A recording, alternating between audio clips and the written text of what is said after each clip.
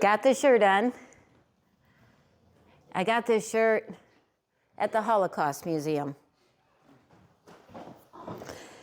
It was when I finished that it hit me so fully what I wanted to talk about today. What we do truly matters. I had the privilege of walking through that museum, which was gut-wrenchingly difficult to do.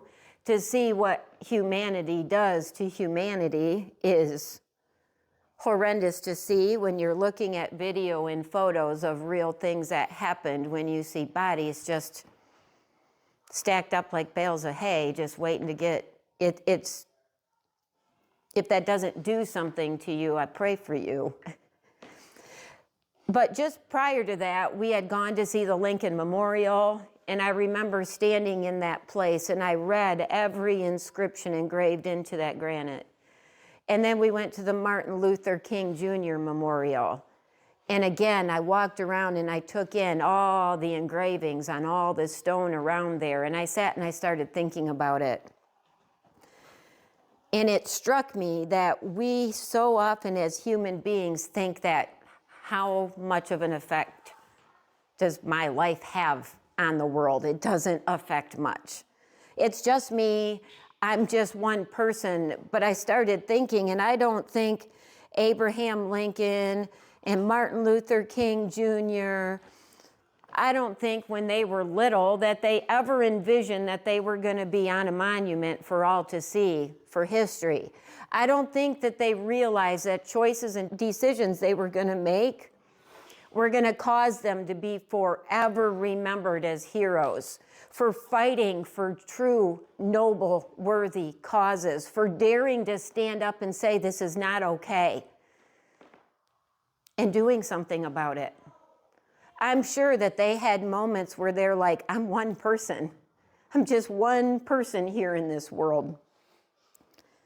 But then they did it. And then I started thinking through history, and over and over and over and over, we have examples of people that chose to be brave in moments when so many others didn't.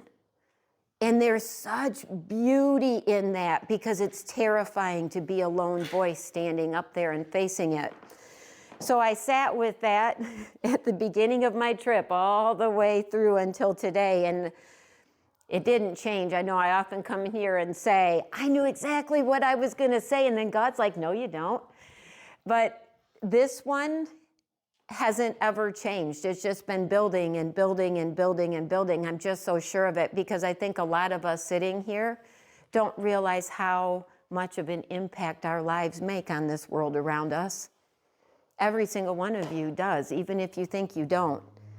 The one sitting in here that thinks they're the smallest, least important person in this world, I'm telling you, your lives makes ripples that just spread and you don't even realize. And that's what I want to talk about today. What you do matters. We're going to read today from Romans 5:18 through 19. And the more I said about this, I'm probably going to kind of run through most of the little slides that I have up here right away. And then I just want to talk about this, and we'll see where it goes. So here it is. Again, we take this from the Message, so it's going to sound differently than if you're used to King James or NIV. This is the Message version. So here it is in a nutshell. Just as one person did it wrong and got us in all this trouble with sin and death, that being Adam, another person did it right and got us out of it. But more than just getting us out of trouble, he got us into life. Of course, we're talking about Jesus. One man, Adam, said no to God and put many people in the wrong. But one man, Jesus, said yes to God and put many in the right. We can read in the Bible, and we have so many examples. We have Adam. We have Moses. Moses, who's like, I can't lead these people. I have a stutter. I can't do this. I'm just one person, tried to run away. But no, it came down to Moses. I'm sure he didn't grow up in the palace thinking he was going to be a great leader of the Israelites. out of Egypt on a 40-year journey and forever talked about when it comes to the faith. Abraham, Daniel, Esther, Rahab, not even an Israelite. And she was a prostitute. But she's listed in the family line of Jesus now because of what she chose to do. John the Baptist, Mary and Joseph. You want to talk about two people that decided to do the right thing? Joseph and that culture would have walked away from her, and Mary faced stoning. That's what typically happened in those, but they chose to do things different. Mary Magdalene didn't have a great reputation, but she was the first at the tomb, the first to worship, the first to just believe. I believe you, Jesus. The woman at the well, do you know how many people were converts because of her? I think we gloss over that because we get too concerned to make sure people know how horrible she was, that vile, wicked woman. You know I have opinions on that too and what likely put her in that position, but why do we gloss over what happened after? She was so excited to run back to town, and because of her, that woman that we've chose to trash over and over and over in so many churches on Sunday literally had over 3,000 people believing by the time somebody came back and visited. That's a big deal. That is a huge deal because of her excitement to share what Jesus did in her life. Then we have today's examples. Rosa Parks, we know about. Fred Rogers, interesting one to put on here, but look what he's done for this nation and what he's brought. He saw that we need some gentleness in love and kindness in community. So he started with the children. If we could get the children raised like this, and we'll talk about him forever. Mr. Rogers, gentle Mr. Rogers. Harriet Tubman, Malala Yousafzai. I'm sorry I butchered her last name. If you don't know her, I mean, she was a Middle Eastern woman they attempted to burn her alive, and she survived it, and because she wanted an education as a woman. Florence Nightingale, I love what she did. She allowed me to be a paramedic and revolutionize medicine and how we treat it. She believed in something, took a stand, stood up to men, and she changed how we do that. Abraham Lincoln, we already know. Mother Teresa, what a wonderful example of just, I'm one woman and all I want to do is just love people in the streets. And look at the impact in how we talk about her. Martin Luther King Jr., Nelson Mandela. Those were all people that had a vision, an idea, a belief, and a thought, and they stood up and bravely said, I'm going to live this way, even when it's swimming upstream. I'm willing to stand there and do what most people aren't doing. In Galatians 5, verse 9, it says, it only takes a minute amount of yeast, to permeate an entire loaf of bread. And they're like, well, there's Heidi the baker talking about baking bread. Well, there's a reason for that. I love to make bread, but it's more about this minute amount of yeast. It's an analogy. It takes one bad apple to boil the whole bunch, right? A little bit of rot doesn't stay a little bit of rot. A little bit of bad can become great bad if it's not controlled. It's why when people remain silent, when evil starts to get loud, I'm just not going to get involved, that's not my thing, that's too far away, what happens?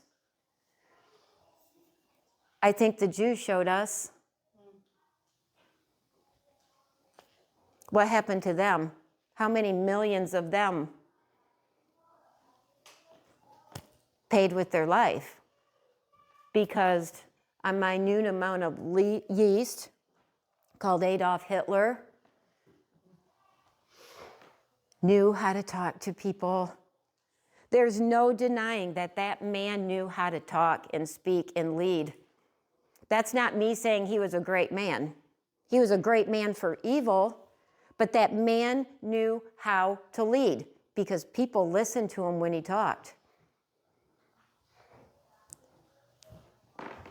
I sit and think, it's real easy up here to say, oh, but if that was happening now and I was in that country, there is no way I'd go along with it. Really? Do you think all the people in Germany, if they would have been told 20 years earlier, you're all going to sit and silently follow this person and you're going to allow millions of people to be slaughtered brutally simply because they were born Jewish? And they, I'm sure, would say there is no way. I would never do that, but it happened, right? Why? How did that happen? But it didn't just happen then, because I think, do you even know how many people are in slavery today? All over the world, like hundreds of millions of people? Do you know that the United States alone, they know for a fact that there are over 1 million people in slavery? That includes selling of self, children, trafficking. Over 1 million people in our country alone.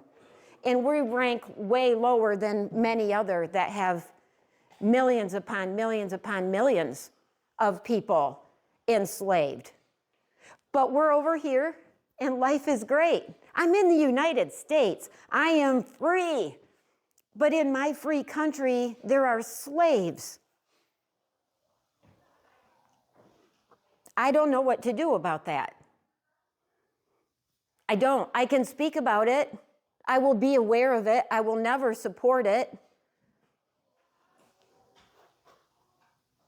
But then it spreads and it gets bigger because it starts to call into question, well, what do you do then? Because, I had this whole thing and again, I'm just going to use this as an example, and I promise you I have no issue with you wearing Nike shoes. I don't, because I just got some yesterday myself. But I have to remember and somehow figure out, what do I do with the knowledge that the Uyghurs in China are an enslaved population that is being brutalized, sterilized, their children taken away and slaughtered and used as free slave labor to make them?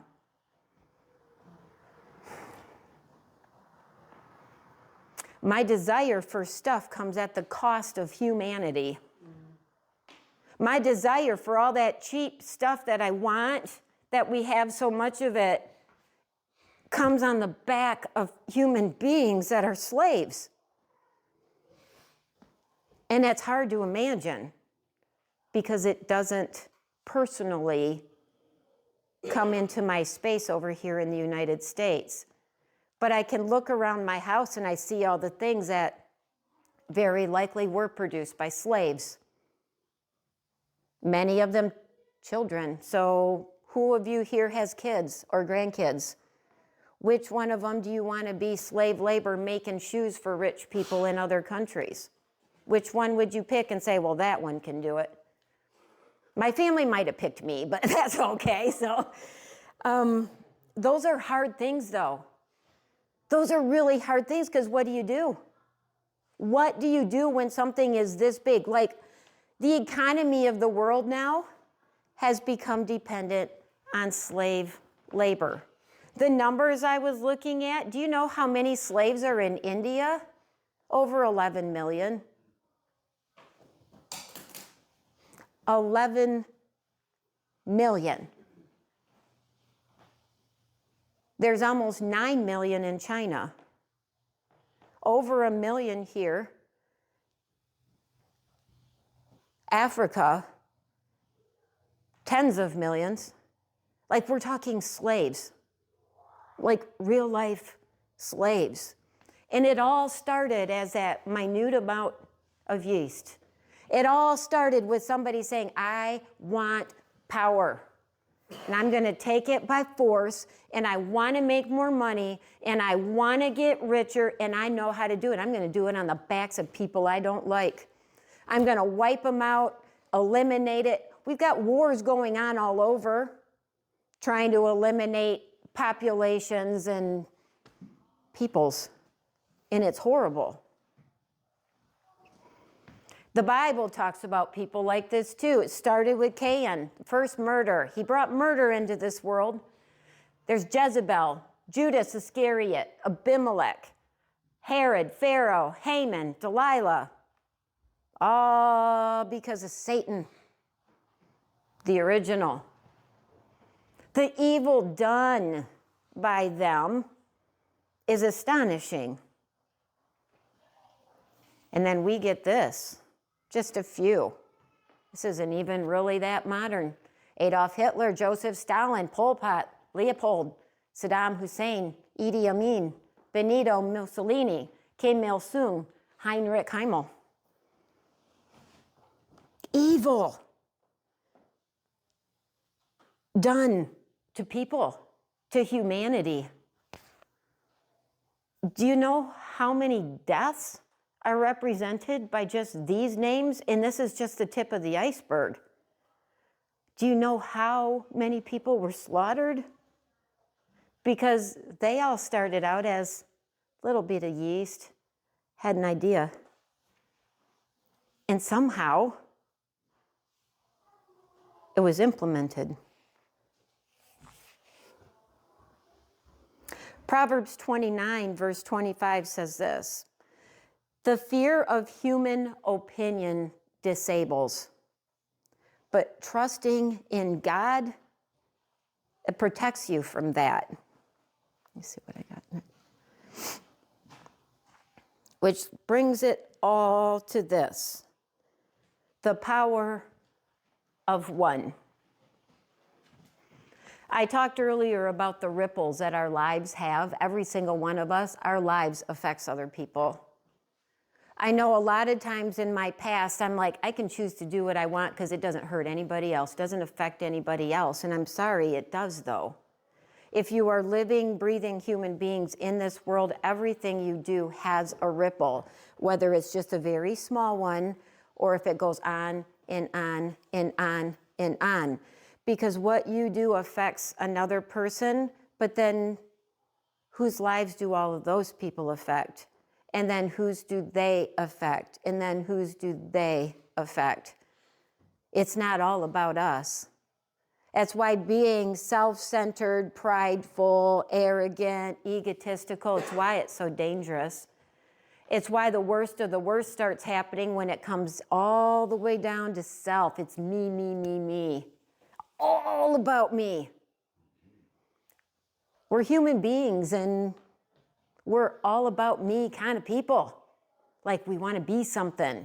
We want to be recognized. We want to be noticed. We want the pat on the back. We want to be recognized when we've done something. But do we stop to realize the effect that we have even in our day-to-day choices? You know, I think of Father's Day, and I think of the effect that fathers have in the house and on children, and it's a profound one. A lot of us here are in recovery, and we've had experiences that probably haven't brought the best ripples into our home. And those ripples spilled over onto those that we loved the most, which then spilled on to others who loved them, and on and on. It wasn't our intent, but when we touch the surface, there's no helping it. It happens. This isn't a guilt or a shame to anybody. It's just, it is what it is. I can say that as a mom. My ripples hurt my kids. My choices hurt my children. And then my children, in their interactions, there was a fallout and it spilled out from there and on and on and on. I think it's why the Bible talks about the iniquity or the sin of the father from generation to generation. Think of it as ripples. The results of choices that you've made.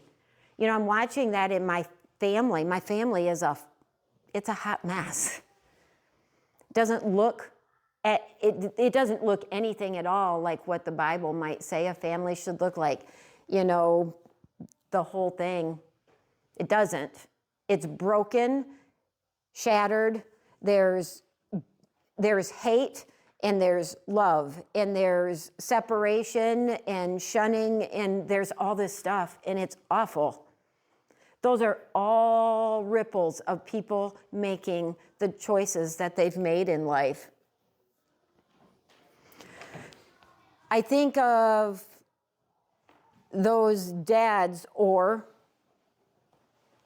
we'll just say men or women, who may have stepped up to be a parent in the life of a child that isn't their natural born child. Do you think there's not power in that? Don't let it be lost on you what a beautiful thing it is to step into the life of a child and fill a void and step up and be that person in that child's life when you didn't have to. I'm very thankful that my children have a good man to have access to in their life, who genuinely cares about them, who doesn't resent them, because I see that a lot. We get in these relationships, and then we can bring kids into it. Well, yeah, we're really into them, but not the kids. Well, I'm sorry. You don't get to choose that. You do not get to choose that. And if you ever try to make somebody choose, shame on you. Don't ever make somebody choose you over their children. I've been asked to do that. Make me more important than your kids. I matter more than your kids do. I know that biblically speaking, that relationship in the home, that has to be the primary one, and then the kids, but it's not at the expense of kids. Don't get that wrong. The reason this becomes primary is so the kids get the best.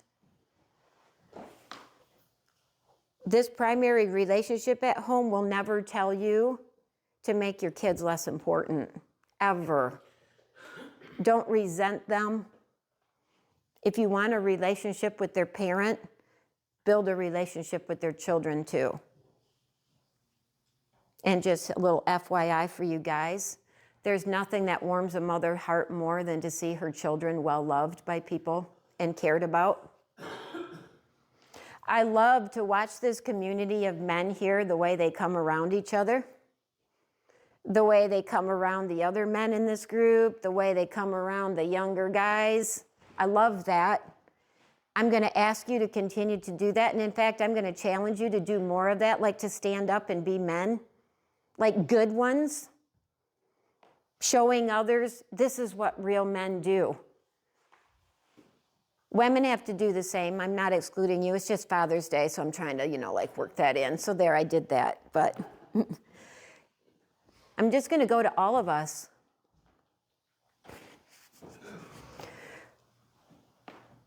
Let's all stand up and focus on being those examples. Say, even though most people do it this way, I'm not going to.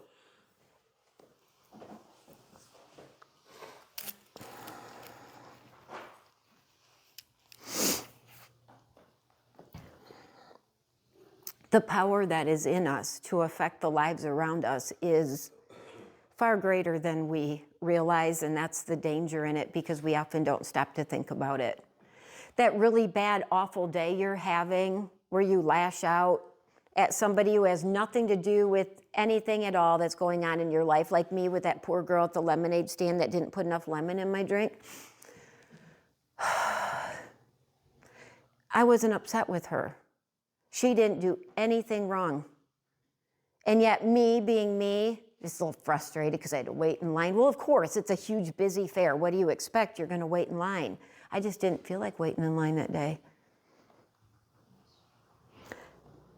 That has ripple effects. I walk up there and just I wasn't outright rude. It was like the passive-aggressive rude, where it's like, oh, and I'm so embarrassed about that. Oh. I did clean that up. I did share with that. I went and found her, and I apologized to her, but it matters greatly how we interact with people around us. I don't know what my behaving that way did to her in her day. I don't know what she was going through, and then I had to add to it. Really? Really? Because did I want to change places with her? Heck no. I don't want to squeeze lemons and hand batter corn dogs all day long in a little trailer for a bunch of people at a fair. I don't want that job. So why wasn't I grateful that she was willing to do that for me? I could have made her day so good. But instead, I approached that and I was that little bit of yeast. I could almost cry thinking about that because I don't want to be that in this world. I chose in that moment to behave more like a little bit of yeast instead of being a little bit of love, or better yet, a whole lot of love.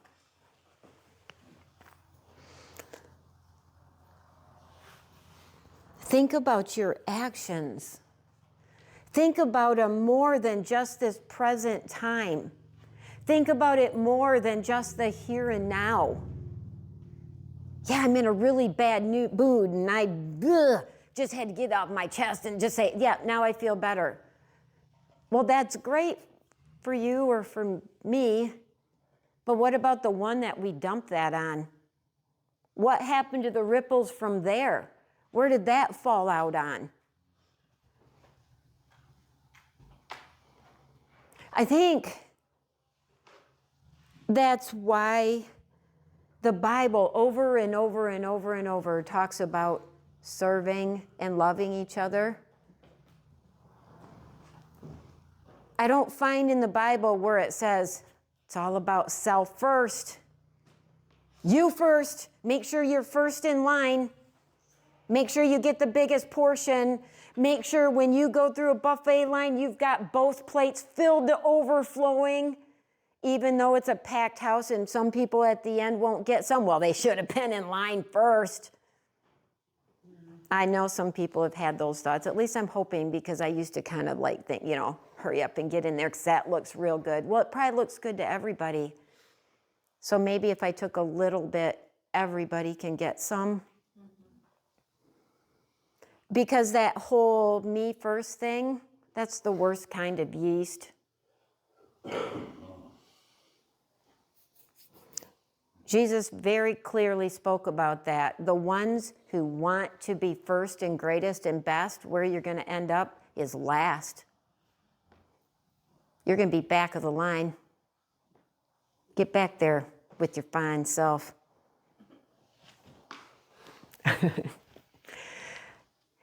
But the ones that serve, the ones that aren't looking for the limelight, the ones that aren't trying to be the big deal on the playground, king of the hill, greatest of the great, the richest, the most accomplished, the most fill in the blank.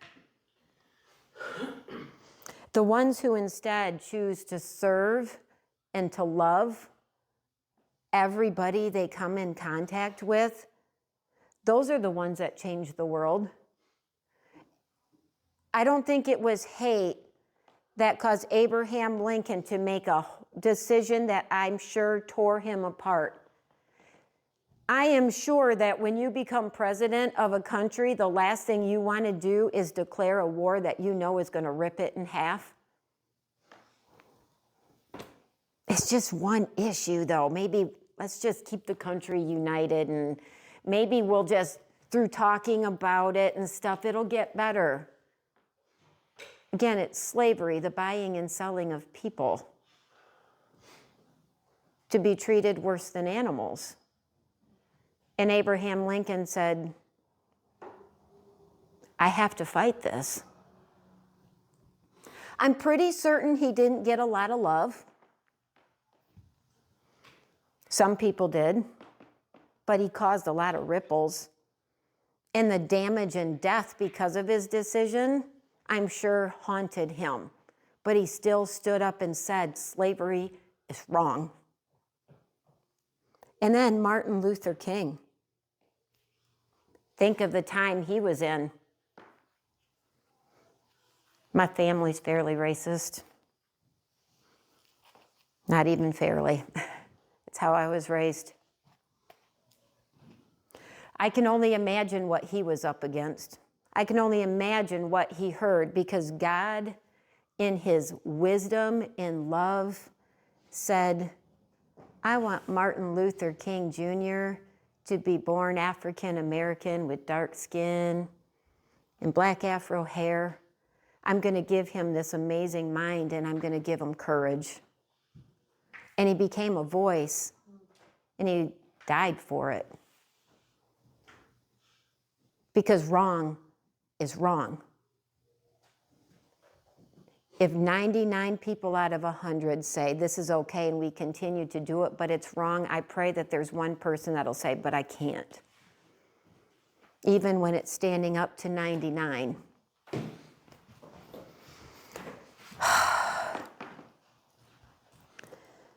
It's so important to take that time and choose carefully how you interact with people, how you're going to live your life, how you're going to portray yourself.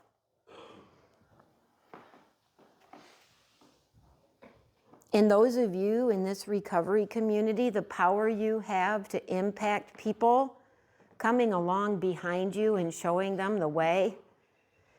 People come in here and the first thing you do isn't point out, oh, I remember you from before when you did this, or I don't think you should be here, or I don't trust you, or whatever it may be.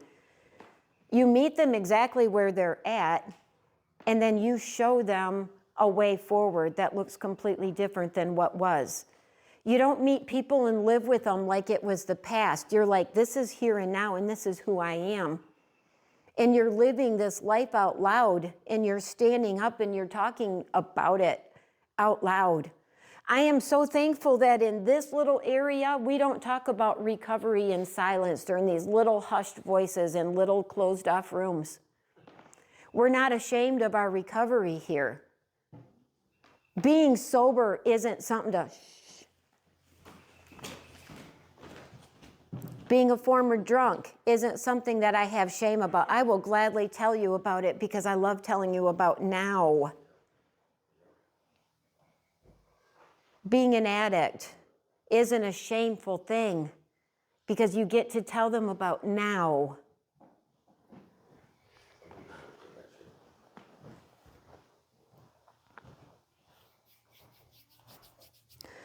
It can be a challenge, though, to not get lured back by the people around you, family, old friends, just this perceived idea, but, oh yeah, this is what I have to give off though. I'm this person. It's not me, but this is this is me now. This is that look. I gotta be like this. Just simply be you. If you feel a passion for something, have the courage to step into that. If you see something isn't right, have the courage to stand up and say, this isn't right.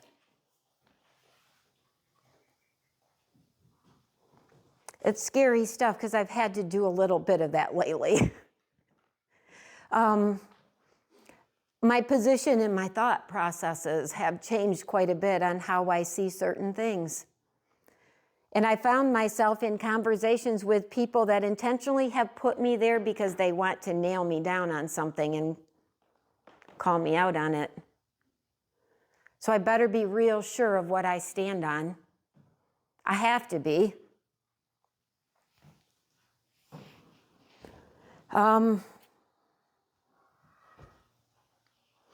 Standing up for right isn't always going to be the easiest thing to do. And most of the time, saying nothing is so much easier. I'm not going to say anything. Doesn't mean that I agree with them, but, I'm not going to say anything about it.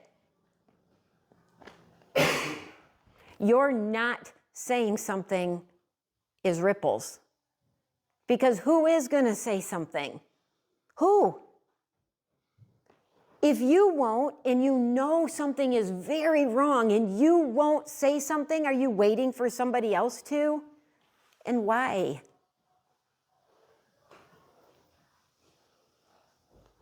How big does something have to get before we're willing to then stand up? Or are we waiting for other people so we're not the only one?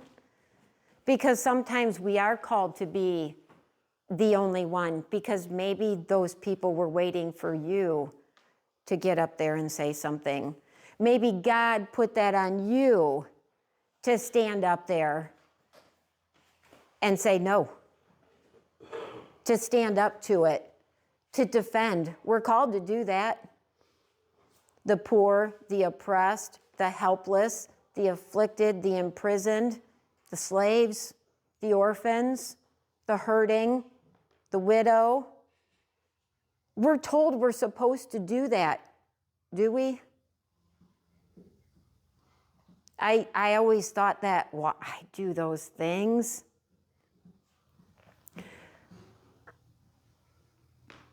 No, I didn't. I might have said words in the safe circles to say them, but did I openly stand up for them? Usually not. Usually not. Examples. I'll give you an example that I have going on currently. I have had pushback and questioning because I am going to have a table and represent at a Pride event at the end of this month, offering the services that we provide here to people in that community that have a need for sobriety and recovery. And I can tell you, I have not heard positive feedback about it. I have had people asking me, why would you do that and put your organization's reputation on the line? And I said, I'm doing it because I'm called by Jesus to love everybody. I am called by Jesus to love people exactly where they're at. And if I'm not willing to do that, how will they ever know Jesus? Because at the end of the day, I don't care about anything other than, can I tell you about Jesus if you want to know about him? Because he loves you. And if you have a battle with a substance use, we are here to help you. Because I don't want anybody left to live in that hell. I am called to be a light in this world. Everywhere I go. So I can promise you I will never be at a protest against a Pride event, ever. I will likely not be at a protest because I find it difficult to love somebody when I'm protesting.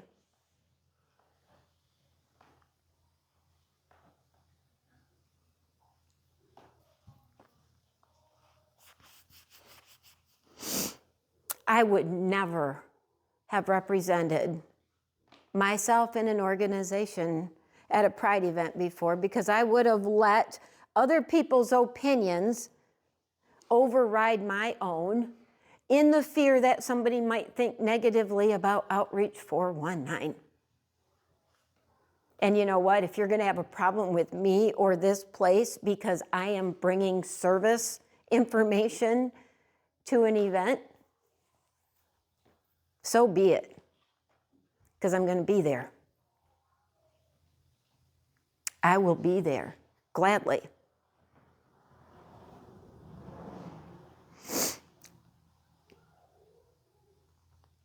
Because I have found absolute freedom in my call to love. It was so freeing to shed the thought that I needed to judge somebody and make sure they knew my judgments. And then God's like, so glad you got everything right in your life, kid. I'm sure glad you got it all figured out because I needed help to judge people.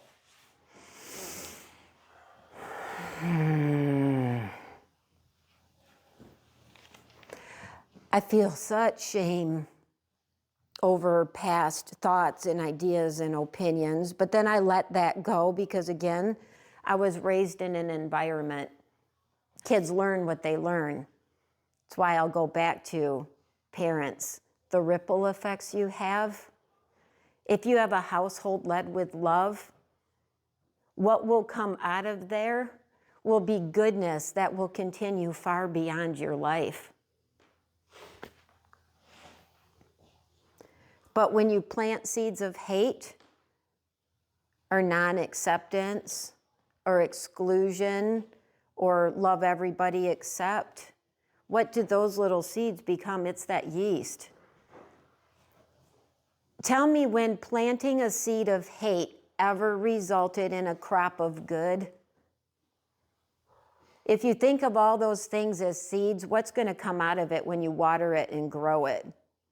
Because that little bit of hate, what happens when it's multiplied? But the same thing happens with the good and love.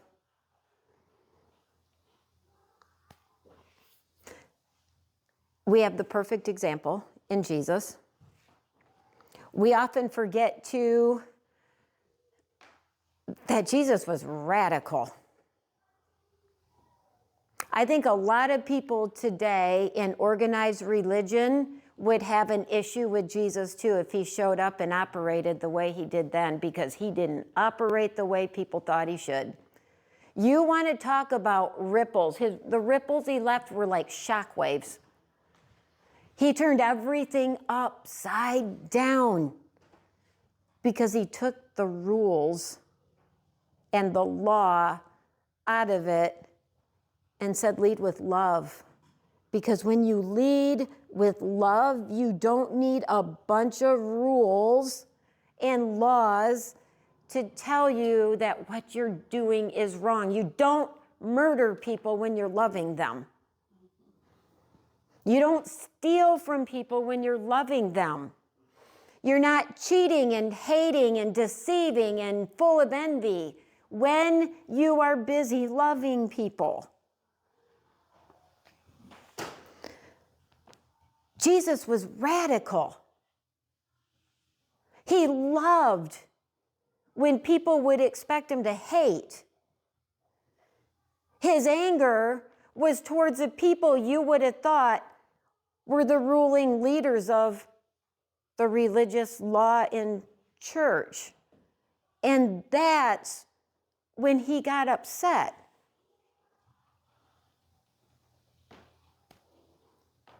But the people he hung out with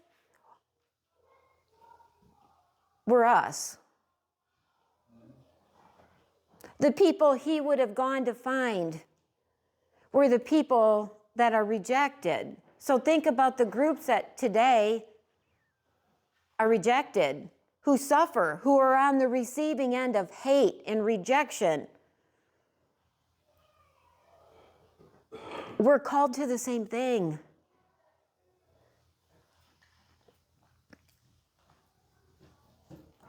I was so profoundly affected in Washington after getting out of that Holocaust museum.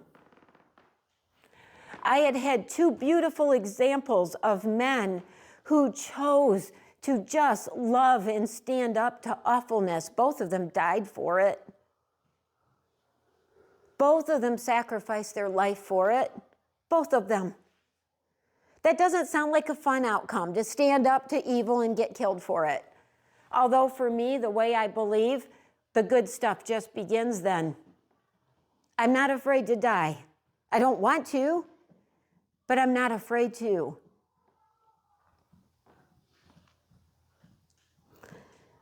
Two men saw things were so wrong, and they're like, I'll do something about it.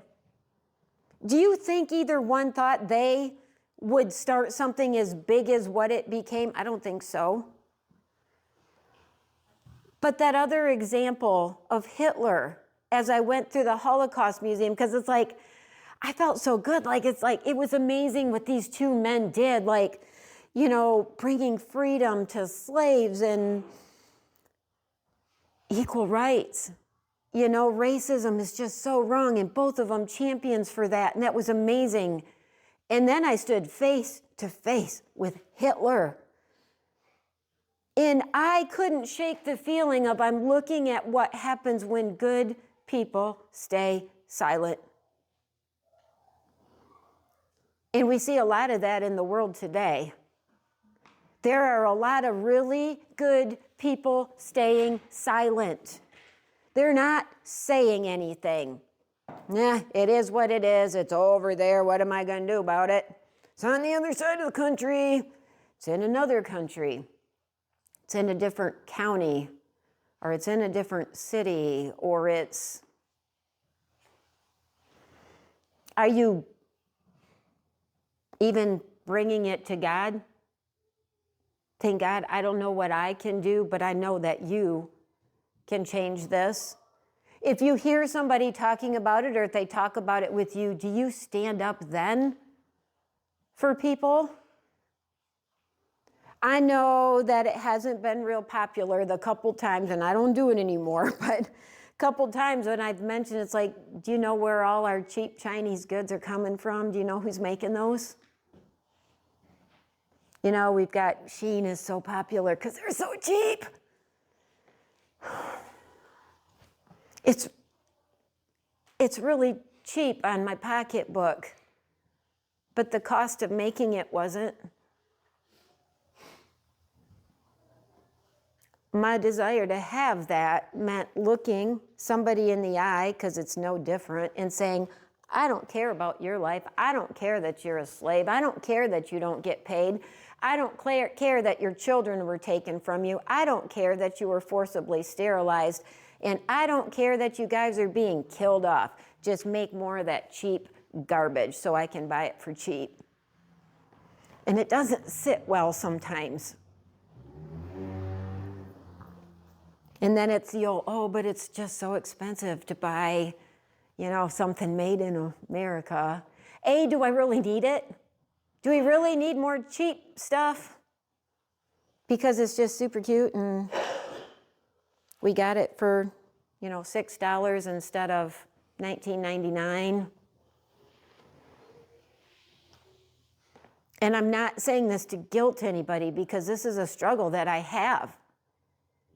At what point do I say, you know what, I have to take a hard stand, even if it doesn't make a difference? Do I say, to the best of my ability, I know, because my having this isn't worth somebody's freedom.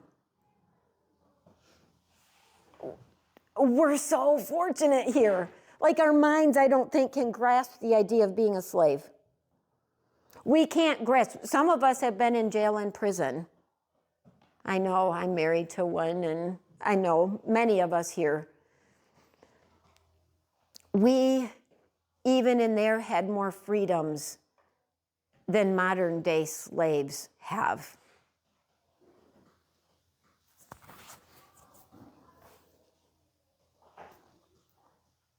If we are people who say we are children of God, followers of Jesus, that means we have to be people that are willing to follow through on what that means, even when it's hard and when it's unpopular. You may have to stand up to your friends, your family. You may get laughed at. You may get mocked. Well, last I knew, getting laughed at and mocked never hurt anybody. You might not like it, but it's not going to kill you. I can handle it because I know the reason for what I believe.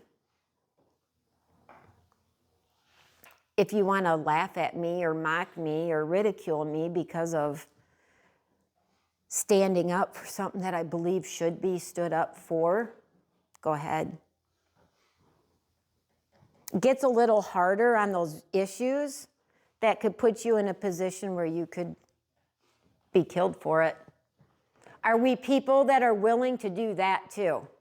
Are we, well, I don't really believe this isn't how I think, but I'm going to say it because I don't want to get hurt. And I get that. Self-preservation is a strong thing. But is it the right thing all the time? I wish life was black and white. I really do. I wish there wasn't so much gray in life that we had to navigate and get through. But even as I say that, good and evil, that's a pretty black and white issue. Something that's good can't be evil, and something that's evil can't be good. That makes that a black and white issue.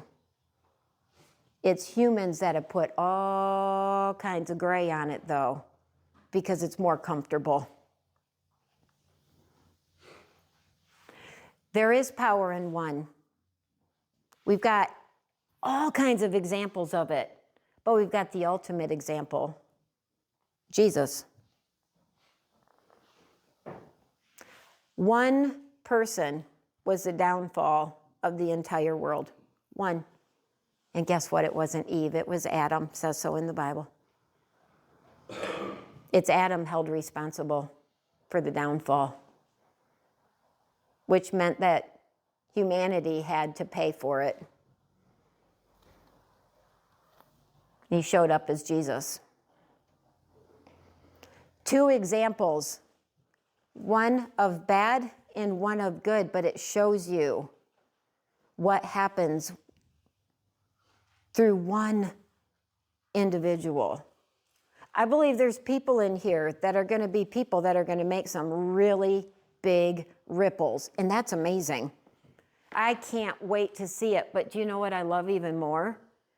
Is that all of us here are capable of doing those gentle, quiet ripples under the surface of kindness and goodness and love and support and acceptance. Because how does it feel when you get that from people?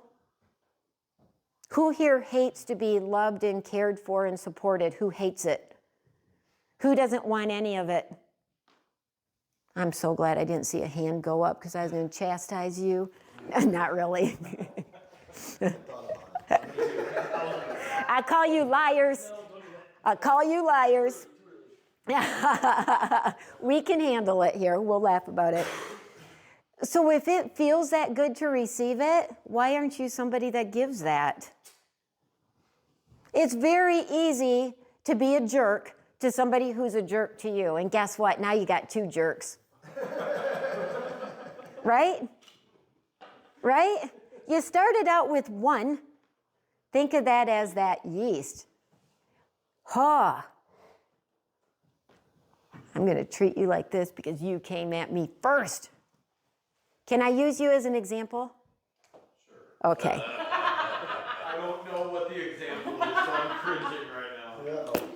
My husband, who I love dearly so much, he is my one. Sometimes his prison shows or his dry drunk shows, when he feels he's been disrespected. And I can see it happening too. I'm like, oh no.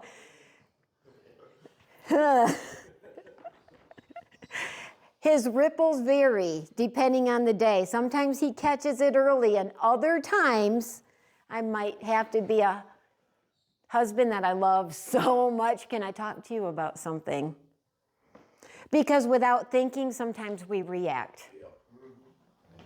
And I get it, because I do too. Because my husband over there can tell you all the examples of my dry drunk, and there's a lot of them. Because I can react too.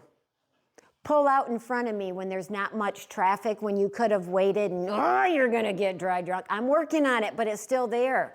I don't know why that won't leave. I don't know why. It just, because it goes from that immediately to like, oh great, every light in Greenville is going to be red, and it's going to take me 47 minutes just to get through downtown Greenville. This is insane. It's a little country town, not Chicago or Detroit or Washington. But no, that's just me being dry drunk and having an attitude. And I'm getting better at catching it. My husband is very good at being teachable, but he's also catching it, and then he takes care of it, and I love that about him. When he's done wrong, he, to the best of his ability, goes to make sure that that is attended to and taken care of. So our ripples, it might start out not that great, but we can take care of that, and that changes those ripples going forward from that. It's not too late. So don't underestimate the power that you have in this world, especially when you're walking with God, because then it just is not you. And I'm telling you, it's not just you, because when you said yes to God, you said, yes, I love you, Jesus. I want everything that you have given to me. You are given the Spirit who lives in you. You are not alone. It is never you against anything. It's you and the Creator of the universe walking through life, because there's nothing to win. It's already been done.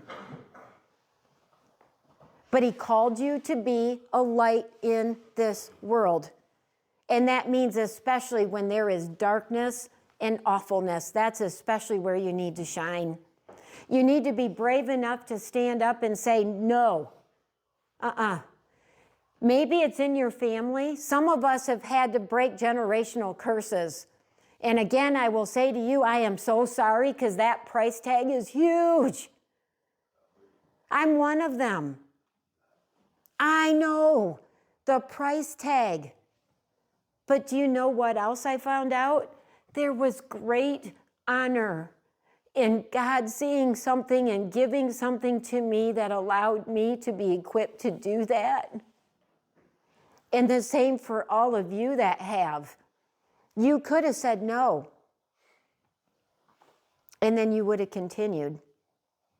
More generational curses and more generational curses, but you said no. You could choose to live just angry all the time because this isn't fair.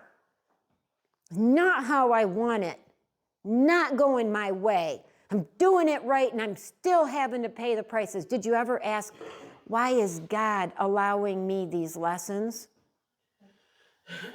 It's a different way of looking at the rough stuff. And I know it's not easy, because I have a bad day and there's times like I don't want to ask myself that question.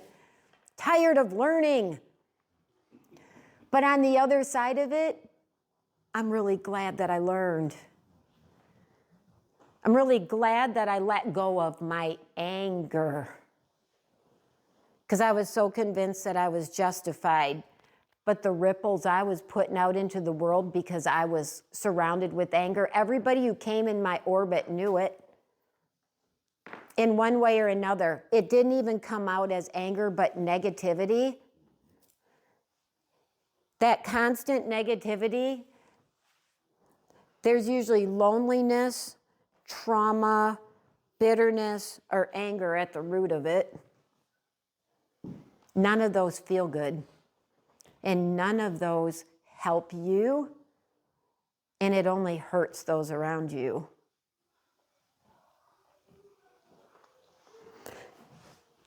Pause before you react. Pause before you think.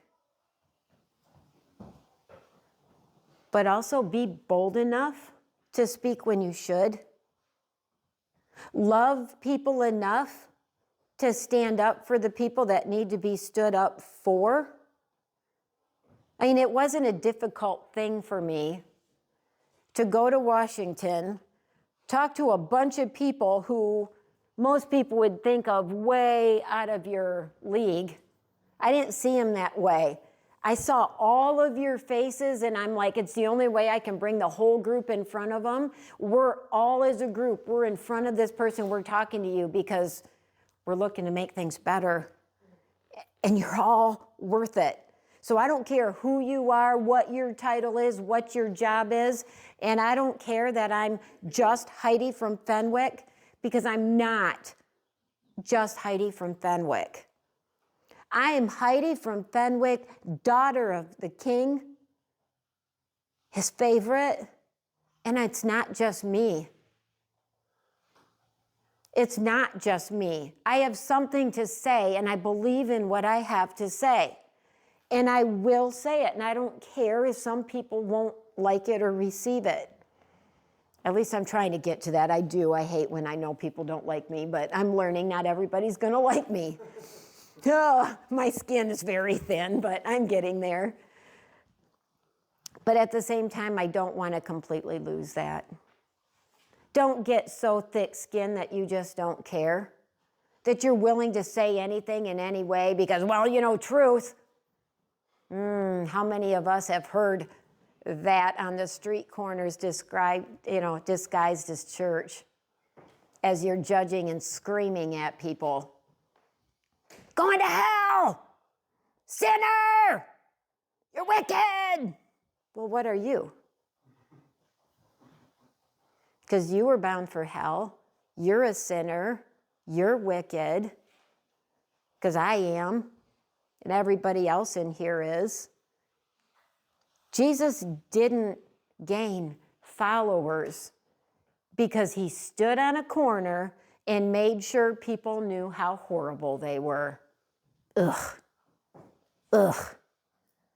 He didn't do that.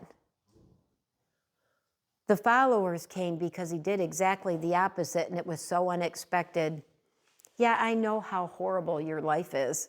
I know the choices you made. I love you so much. I love you. You're my brothers and sisters. You're adopted into the family. Your importance is above the angels. You know that angel army? Those fierce warriors, they're not above you, they're below you. They're your protection. It's where the warfare happens. But we are loved so much that we are elevated above the angels. That's hard for me to wrap my head around because I know myself. But when we remember that, what do you think happens here? How does anything happen if somebody doesn't stand up to make it happen? I'm going to challenge you. If you get the opportunity to stand up for good, do it. Do it. That's why I can't wait to be sitting next to you at that table. I'm going to be a voice for love and a voice for support, because that's what I'm called to be. If you want to be angry at me and hate me, feel free. If you want to talk to me about it, let's have a conversation. I'll gladly have it. I'm not afraid of those.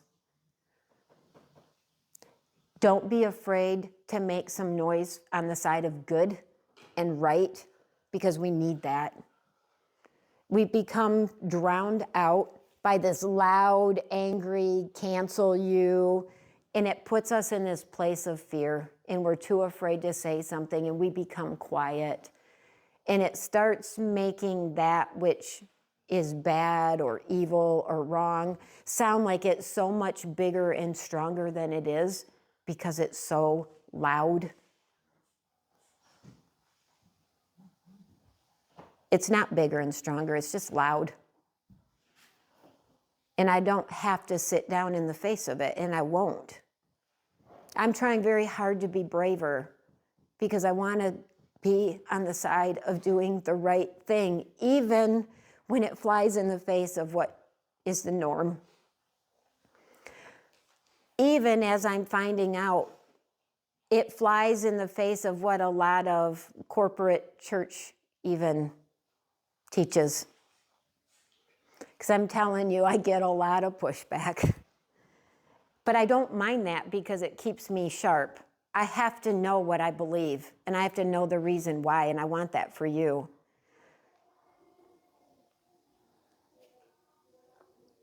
So be brave. I know most of you, and I'm getting to know most of you pretty well. Be brave. Because you're incredible and you're amazing. Because I know what your hearts are capable of, and I know the leadership that you have, and I know the fights that you've overcome, and the journeys that you've traveled. I know that you know what is right, and I know that you know what is wrong.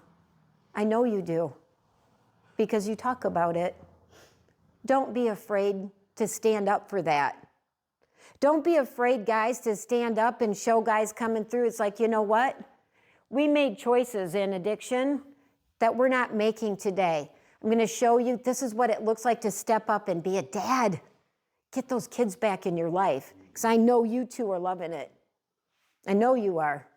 I love seeing you with your kids. I love it. Amen. Stand up and say, you know what, guys? Don't give up that time with your kids. Oh, they're making it hard for you? I know. It's hard. It sucks. But you know what? Be there anyways. Stand up and be that. Show them. Even when it's hard and they're making you jump through the the jumping hurdles and through the hoops and red tape, all this stuff, walk with people through that and say it's worth it.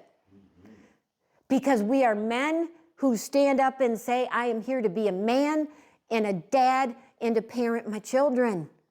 And if you're in relationship with somebody who has kids, be willing to do that for them also.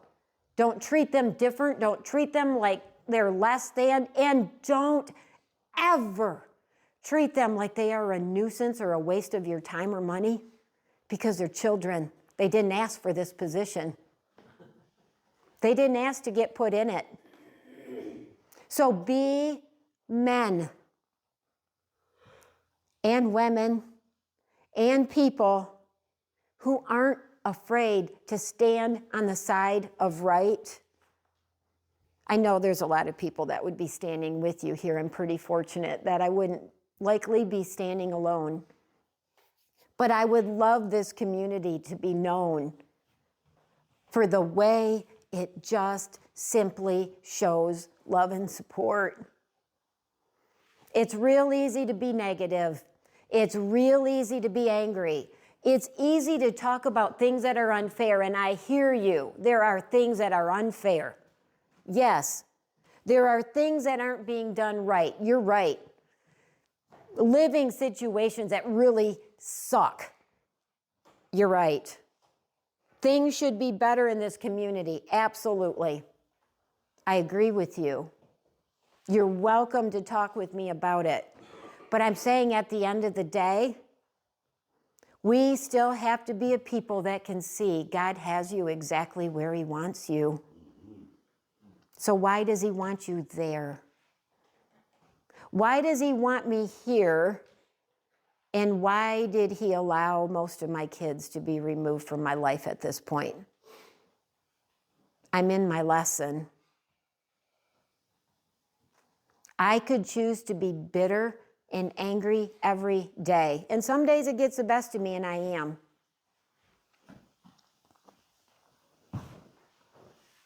But I'm figuring out how to leave that. My bitter and angry didn't change anything but make it worse for me. I became a bitter, angry human being, and things just got worse and worse and worse. Negativity is the worst tiny little bit of yeast your life can contain. That tiny seed of negativity left in your life will grow and spread and affect and color everything. It's just the power of it. It does that in mine. That was that depression I just got through. Few weeks of it was horrible. It was negativity. Negativity got in there with a little bit of anger over some unfairness. Took me down. Took me down. Because I wanted to feed it for a while. Because it's easy to slip back to the old habits. It's far easier for me to just go with what I know instead of calling myself out and saying, who is Heidi today? And Heidi today has a very specific way she wants to live her life. I know who I am morally, I know who I am spiritually, and I know the character traits that I want in my life. Bitterness and anger has no place in them. It doesn't fix it anyways. So I have to work on letting it go. Anyways, Take opportunities through this week, even if it's in small ways, whether it's at home in the way you interact with the people there, or if you have opportunity outside of there. If you get the opportunity to be a voice, to stand in defense of somebody that needs defending or a voice for good, try it. Just practice it. Practice it small. It's sometimes hard to do the big stuff right away, but just try it. Challenge yourself. I so fully believe, and it gets me excited, that there are going to be ripples coming out of Fenwick that are going to have profound effects on so many people and on so many families and on a small town, in a community, and a county, and a state that will continue for years to come. Because when you changed your life, you changed the ripples. And it's just simply my hope to keep that going. It's why we want it to be bigger, not because of money, not because of recognition, but wow, what a legacy for all of you to leave. That it started with you. Fenwick, meth capital of Montcalm County. Or Fenwick, man, people are really nice there and they sure love you. That one sounds a lot better to me than meth capital. Let's take that, get that out of the way. So it can start right here. And it can start right here with you, right where you're at. You don't have to be a bigger fish, in a bigger pond, in a different job, in a different home, years down the road. You can be exactly where you're at in your recovery right now today to have an amazing impact.